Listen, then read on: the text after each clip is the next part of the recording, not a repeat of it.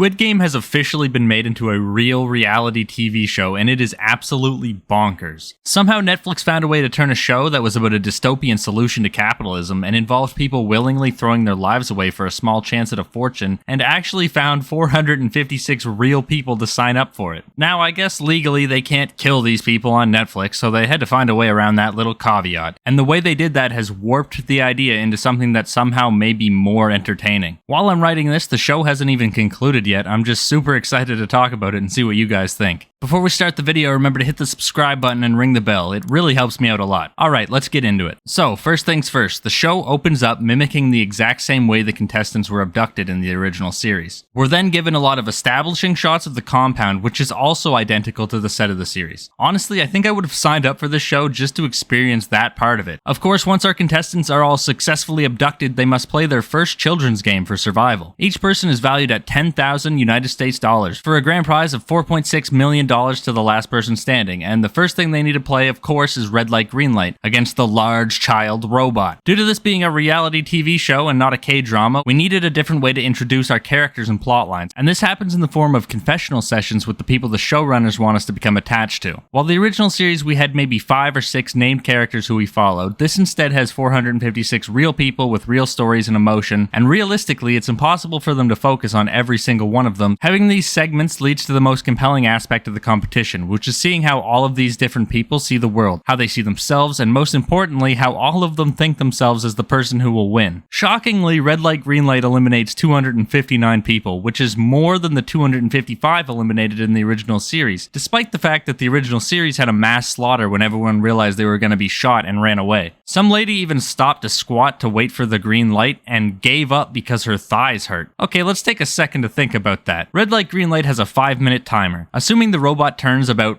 twice per minute, and the timing can vary, that's an expected 5 to 40 second timer before you can move again. Please, my dear viewer, pause the video and do a squat for 40 seconds and see if it completely breaks your will. Alright, look, I just made you do it for free, and this girl gave up her chance at a life-changing amount of money because she couldn't do it. Anyway, that's kind of a silly rant, it just annoyed the hell out of me. After the first game, we arrive at the dorm area, which again is an exact replica. People start building social bonds, and very interestingly, a lot of the dynamics that brought people together in the fictional version of Squid Game take place here as well. You have your beefcake manly men, your oddballs, and even your young strong man and wise old man power duo. The show introduces the twist that tests will take place between the actual games, which is basically just the players eliminating each other, which brings along with it a lot of aspects that normal reality TV shows have, like controlling how big of a threat you appear to be or how strong your alliance is. These tests also create an interesting tug of war where you want to be in an alliance so your alliance members won't eliminate you, but you also want to avoid being seen as a member of an alliance and being eliminated by someone outside of it. This is shown by player 200 being the first one eliminated from one of these tests, under the basis that he was being too social with other players. Afterward, the second game following the show's formula is Dalgona, or the thing with the honeycombs. I don't know if I said that correctly. Obviously, every single person in this competition has seen the original show, so nobody would willingly pick Umbrella. Because of this, they use a new system where all the players are in a set of 4 lines, and the first player in each line must come to an agreement of what shape their entire line gets, or all 4 of them are eliminated. The first group refuses to budge on Umbrella, so they all die. The second group, however, has this guy who doesn't really have the best social skills, and he kind of gets strong-armed into picking Umbrella. Unfortunately, due to the aforementioned game knowledge going in, every single player has saliva tech and doesn't even attempt to cut it out raw. I'm gonna avoid showing footage here because the amount of close-up shots of human ooze genuinely made me feel sick to my stomach. What, man? I have a really weak stomach. Don't bully me. The guy who willingly chose to be on the show and also chose Umbrella fails, and he has an emotional breakdown. People on Twitter are somehow mad at Netflix about this, which makes absolutely no sense because the entire thing is of their own free will. Yes, he's emotional because he failed, and he isn't going to make $4.6 million. A spoiler alert, 455 out of 456 people aren't going to make $4.56 million, and they knew that when they signed up. Maybe you should have tried a little bit harder to get Triangle, eh? Okay, after that disgusting display of an ocean of saliva, we're brought back to the dorms, and the guards, who are absolutely positively wearing red uniforms, and I won't hear otherwise. Yes, I know their theme is called Pink Soldiers, I don't care, it's red. Bring in a telephone, and one player camps the telephone until it rings, and on the phone he gets told that he needs to convince someone else to take the phone call or else he loses. He fails and dies. Alright, so next game. Everyone knows the paintings in the dorm room show which games are going to be played, and next is the iconic tug of war. The players are brought in and told to pick teams, and the jock squad, knowing they are Jack, act and nobody can stop them, squad up. Once the teams are picked, they enter and it's Battleship. Well, actually, they call it Warship like over and over. I'm assuming Hasbro wouldn't let them say Battleship. The jocks lose, and we also almost lose MatPat and his mom, but they survive. Due to the nature of the show, we've lost a lot of main characters that had confessionals up to this point. So in this episode, they go back to showing those confessionals for new people and give them the spotlight. Most notably during Battleship, we're introduced to B, game industry professional who is so cracked at Battleship they play Bazette's Carmen as she systematically dismantles the other team. Episode 4 kind of cools off and is more about social developments, and we get to see that our Gi-hoon stand-in has this really cool Sasuke curse mark sweater. Yep. Following this, the guards walk in, Square leading the charge with the swagger only a man who knows he has 4 sides can have, with 6 jack-in-the-boxes and asks 5 people to volunteer to open them. This results in a few eliminations, namely the aforementioned Naruto fan and his old man best friend. How dare you? The next test is contestants filling up jugs of orange juice, and if they succeed, the entire compound gets a treat. That being a picnic for 2 you must share with someone else. Now here comes a little bit of another rant. Pretty much every single person on this show chose to sit down and have a picnic with the person they're closest to. Reminder, all of these people have seen Squid Game and are well aware what happened the last time someone had to pick a singular partner. Surprise, surprise, the bottom of the basket has marbles in it. I'm not saying that it was rigged by production, but I do think it's kind of suspicious that not a single person thought they might be being lured into playing marbles and decided to partner with someone they didn't like. MatPat even sat down with his mom, for fuck's sake. Marbles cuts the remainder in half, and while it doesn't have the same tension as the original Marbles episode, there's a lot of interesting moments in there. Unfortunately, half is still too many, so a new test happens where a person needs to pick one person to save, and that person picks another, and so on until 11 people are left, and those 11 people are then killed. The girls all decide to stay together, and they all make it through, eliminating 11 men. Afterward, it's time for the most flashy of the Squid Game challenges, the glass bridge. Of course, they can't simply be allowed to pick their own numbers because they've seen the show, so they instead play a claw game to obtain a number and then give that number to someone else. I was fully expecting production to flip the order so that 20 would go first, to screw over the contestants that tried to help their friends, but alas, that didn't happen. Once they get to the bridge, player 418, Roland, comes up with the genius plan that the first in line takes their 50-50, and then the second in line overtakes them and does their 50-50, and they continue on in that fashion so that each player has a 50-50 chance of survival, as opposed to the low numbers just being sewered while the high numbers get a free ride. Almost everyone agrees, except for one player who doesn't understand mathematics, who stays silent until it's their turn. The strategy is working fine. We lose the first and fourth in line, but 2 and 3 survive their 50-50s, and now it's on Ashley, number 5 in line, to overtake the creator of game theory, and she just doesn't. He tries to reason with her, he tries to pressure her socially by talking to the group, but she's still like a statue. He takes another leap of faith and succeeds. Ashley still doesn't budge. Honestly, I think B from the earlier Battleship dismantling, who was 16th in line and was going to have to go anyway if they did the 50-50 thing, should have just spoke up and said that she'd go in Ashley's place, as Trey has now done 2 jumps and moved the line further ahead. But nobody moves, so Trey jumps a 3rd time and dies. A game theory.